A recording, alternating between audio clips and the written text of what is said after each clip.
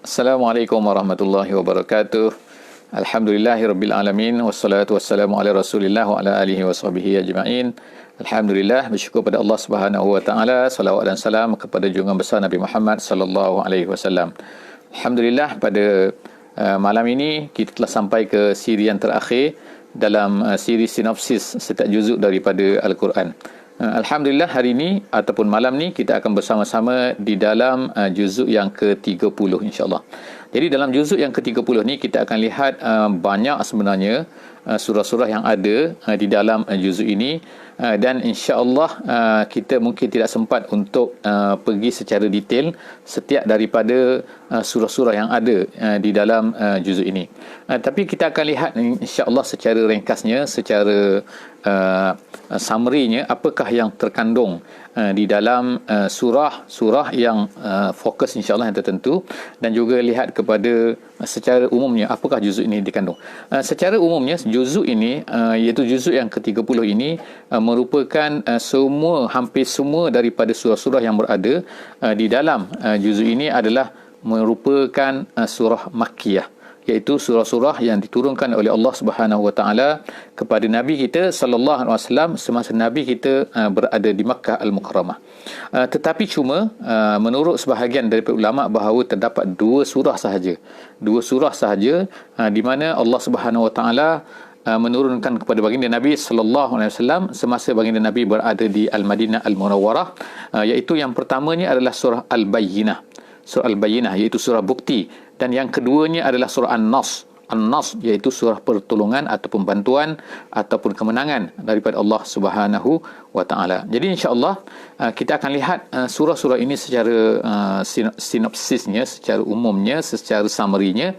Ialah yang pertama sekali surah-surah yang panjang, yang agak panjang, iaitu bahagian awal di dalam juzuk ini, iaitu daripada surah An-Naba, kemudian seterusnya surah An-Nazi'at, kemudian Abasa, kemudian Al-Infitar, kemudian At-Takwir, Al-Insyiqaq, Al-Mutaffifin, At-Tariq, kemudian Al-Buruj, Al-Ghashiyah, Al-A'la, kemudian Al-Balad, Al-Fajru, Al-Lailu, Asy-Syamsu, kemudian Asy-Syarhu adalah yang terakhir, ataupun Al-Fajru yang terakhir, kemudian selepas daripada itu kita masuk Al-Lailu, kemudian selepas daripada itu kita masuk Asy-Syarhu, kemudian Ad-Duha, Al-A'la, At-Tin. Itu adalah merupakan surah-surah yang pendek yang ada di dalam juzuk ini. Kita lihat dulu apakah yang dikandung oleh apakah isi-isi utama yang ada di dalam part yang pertama, iaitu juzuk ini kita katakan dibagi pada dua, iaitu part yang pertama ialah surah-surah yang agak panjang. Yang agak panjang ni taklah panjang sangat, tetapi kadang-kadang satu muka, kadang-kadang setengah muka lebih dan sebagainya, maka itu adalah sangat panjang. Sebab kebanyakan daripada surah-surah yang pendek dalam kategori yang pendek ini biasanya adalah sebaris, dua baris, tiga baris, macam tu sahaja. Jadi insya-Allah kita tengok yang pertama sekali, part yang pertama, iaitu part surah-surah yang panjang, iaitu contohnya seperti surah An-Naba. Surah An-Naba, Allah Subhanahu wa taala menyebutkan di dalam surah An-Naba ini tentang berita besar, iaitu tentang hari kiamat, tentang apakah balasan yang akan diterima oleh orang-orang yang beriman, dan kemudian apakah yang akan dikenakan kepada orang-orang yang tidak beriman, yang berpaling, yang menolak Islam. Jadi kebanyakan daripada surah-surah yang part yang besar ini ialah menceritakan keadaan yang sama, iaitu perkara yang hampir sama, iaitu menceritakan tentang hari kiamat, menceritakan tentang malaikat, bentuk-bentuk malaikat yang turun kepada yang menjadi tentera Allah Subhanahu wa taala, dan kemudian menceritakan tentang apakah yang akan dikenakan, apa yang akan diberikan oleh Allah Subhanahu wa taala kepada orang yang beriman, dan kemudian seterusnya apakah yang dikenakan kepada orang-orang kafir, orang-orang yang tidak beriman. Dan kemudian sekali-sekala Allah Subhanahu wa taala menyebutkan juga contoh-contoh yang dikenakan seperti Firaun, seperti kaum-kaum yang terdahulu yang Allah Subhanahu wa taala sebutkan kadang-kadang di dalam surah-surah ini. Jadi kita tengok dalam surah An-Naba sebagai contohnya An-Nazi'at. An-Nazi'at iaitu malaikat malaikat yang menarik manusia yang menarik nyawa manusia dengan dahsyatnya yang mencabut dengan ganasnya. Itu An-Nazi'at. Tetapi ada juga surah-surah seperti Abasa. Abasa menceritakan tentang bagaimanakah stance yang sepatutnya ada pada seorang da'i. pada seorang pendakwah, iaitu abasa merupakan Allah Subhanahu Wa Taala menegur Nabi kita sallallahu alaihi wasallam ketika Nabi kita sibuk dengan orang-orang besar Mekah, sehingga apabila datang seorang sahabat yang miskin, yang buta, iaitu Abdullah bin Umi Maktum, datang kepada baginda Nabi sallallahu alaihi wasallam, lalu Nabi sallallahu alaihi wasallam tidak melayan Abdullah bin Umi Maktum ni, dan kemudian Nabi SAW terus cuba untuk berdakwah kepada orang-orang besar ni dengan harapan bahawa kalaulah orang-orang besar ini, orang besar Mekah ini beriman, maka akan lebih mudahlah orang-orang masyarakat biasa ni untuk beriman. Tetapi perbuatan ini ditegur oleh Allah Subhanahu Wa Taala dalam surah Al-Baqarah. Kemudian seterusnya Allah Subhanahu Wa Taala menceritakan tentang at-takwir, iaitu juga tentang hari kiamat, keadaan hari kiamat, dan kemudian al-infitar, begitu juga yang terbelah maksudnya. Kemudian al-mutaffifin, Allah SWT menyebutkan di sini sedikit, iaitu tentang orang-orang yang menipu dalam timbangan, iaitu apabila mereka ni menimbang, memberi timbangan kepada orang, iaitu menimbang untuk orang lain, mereka akan mengurangkan. Tapi kalau menimbang untuk mereka nak lebih, mereka nak betul-betul diberikan kepada mereka ataupun lebih.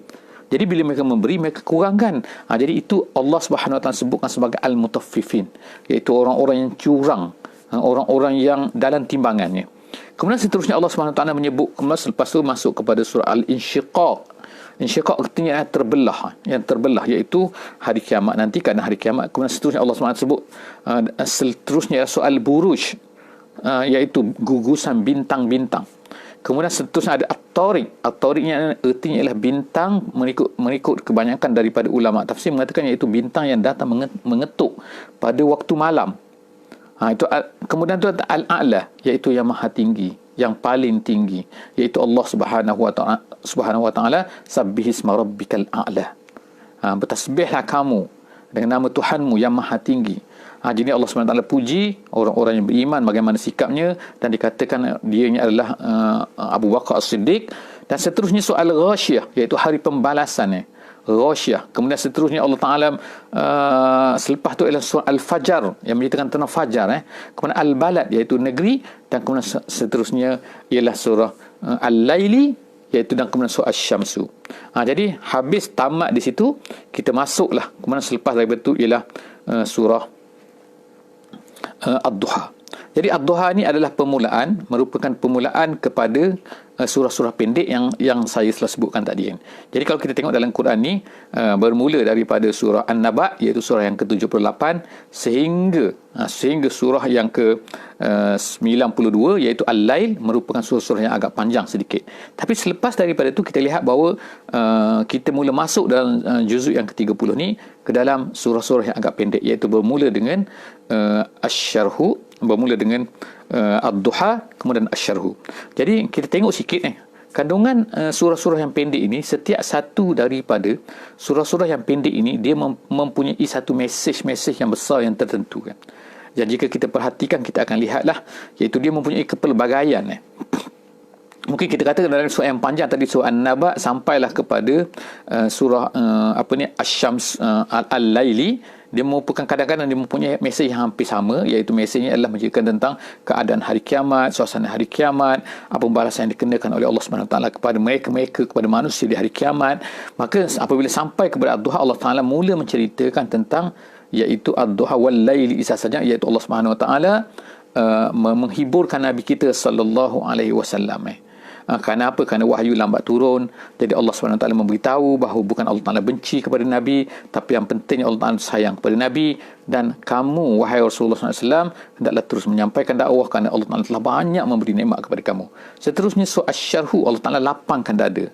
Asy-Syarhu maknanya lapang dada, iaitu kelapangan yang sebenar adalah kelapangan dada, bukan kelapangan hidup, bukan hanya kelapangan harta, banyak duit, banyak pangkat, banyak rumah, banyak tanah dan sebagainya. Tetapi kelapangan sebenar ialah apabila kelapangan hati, iaitu Allah SWT nak ceritakan dalam surah Asy-Syarhu yang diberikan kepada Nabi kita sallallahu alaihi wasallam. Seterusnya kita masuk surah At-Tin. Surah At-Tin maknanya surah buah tin. Apakah Allah SWT sebutkan tentang hakikat manusia? Wat-tin, waz-zaitun, wat-turi sinin, wa hadzal baladil amin. laqad khalaqnal insana fi ahsani taqwim. Allah Taala sebutkan bahawa manusia, penciptaan manusia ni memang hebat, Allah Taala ciptakan, tetapi akhirnya dia menjatuhkan dirinya. Jadi itu adalah hakikat manusia dalam surah At-Tin. Kemudian surah Al-Alaq juga hakikat manusia, iaitu Allah Subhanahu Wa Taala telah menceritakan bahawa manusia dari perseketul darah, kemudian tapi manusia ni menentang, manusia ni jahat, manusia lari, manusia ni cuba melawan Allah Subhanahu Wa Taala. Jadi Allah Taala memberi ancaman di hujung surah Al-Alaq ini bahawa Allah Taala akan memanggil malaikat Zabaniyah untuk melawan orang-orang yang cuba menentang Allah Subhanahu Wa Taala. Seterusnya dalam surah yang ke-97 iaitu soal qadar, surah yang mungkin kita baca dalam bulan Ramadan biasanya, iaitu apa? Inna anzalnahu fi lailatul qadri, iaitu al-qadar. Allah Taala yang menentukan qadar, menentukan ukuran, menentukan besar kecil sesuatu benda. Jadi bulan Ramadan yang Allah Taala berikan ni dijadikan satu malam tu lebih baik daripada 1000 bulan. Kemudian surah selepas daripada itu adalah surah Al-Bayyinah. Yang kita katakan tadi bahawa salah satu daripada surah yang dikatakan oleh ulama sebagai surah yang diturunkan di Al-Madinah Al-Munawwarah, kerana di dalam surah Al-Bayyinah ini yang ertinya ialah bukti, iaitu bukti jelas, ianya adalah datang daripada Allah Subhanahu Wa Taala. Jadi Allah SWT sebutkan kat situ bahawa di situ iaitu apa? Al-Bayyinah, penjelasan telah jelas, maka orang yang beriman, orang tak nak beriman maka dia akan kafir. Maka Allah Taala sebutkan apakah pengakhiran kepada orang kafir dan orang yang apa yang diperoleh oleh orang yang beriman. Seterusnya Allah Taala sebut seterusnya surah yang seterusnya adalah surah Az-Zalzalah, kegoncangan. Iaitu kegoncangan menceritakan keadaan hari kiamat di mana manusia ini, kita boleh katakan bahawa macam-macam perkara yang berlaku kepada manusia di hari kiamat, dan antara salah satu benda yang Allah Taala bongkarkan apa yang ada dalam hati manusia. Dan kemudian seterusnya soal Adiyat, iaitu kuda yang berlari kencang. Allah Taala nak sebutkan tentang keadaan manusia juga sebenarnya, yang sukakan harta, yang begini, dan macam-macam lagi perangai-perangai manusia yang sangat-sangat berlainan, yang tidak sepatutnya. Sedangkan Al-Adiyat, iaitu kuda ni boleh mengikut tuannya. Kenapa manusia yang tidak mahu mengikut tuannya, iaitu Allah Subhanahu Wa Taala. Kemudian soal Qari'ah, iaitu menceritakan hari kiamat. Kemudian surah At-Takatsur, iaitu bermegah-megahan, berlomba-lomba nak menunjukkan siapa banyak kan. Jadi ini Allah Taala tersebutkan bahawa manusia itulah sifat dia suka-suka untuk berlomba-lomba, untuk menunjuk-nunjuk bahawa dia ni banyak, dan akhirnya Allah Taala kata semua tu akan dipersoalkan, semua tu akan hancur dan tak akan hilang perkataan ini kecuali mereka ini hatta zurtumul maqabir. Kemudian surah seterusnya ialah surah Al-Asr, wal asri, iaitu manusia dalam kerugian, kita semua biasa dengar. Kemudian surah Al-Humazah, iaitu pengumpat. Allah sebutkan sifat-sifat orang-orang yang suka mengumpat Nabi, orang-orang yang menentang Islam ni. Inilah biasanya sifat-sifat yang ada pada mereka. Kemudian Allah Ta'ala sebutkan selepas itu surah Al-Fil, iaitu Allah Ta'ala ceritakan tentang nikmat yang diberikan kepada orang-orang Makkah, yang mereka dia tolong oleh Allah Subhanahu Wa Taala. Tentera gajah datang untuk menghancurkan mereka, tapi Allah Ta'ala tolong dengan burung ababil. Kemudian dihancurkan segala-galanya. Kemudian surah Quraisy, Allah Ta'ala ceritakan tentang nikmat Allah Ta'ala kepada kaum Quraisy.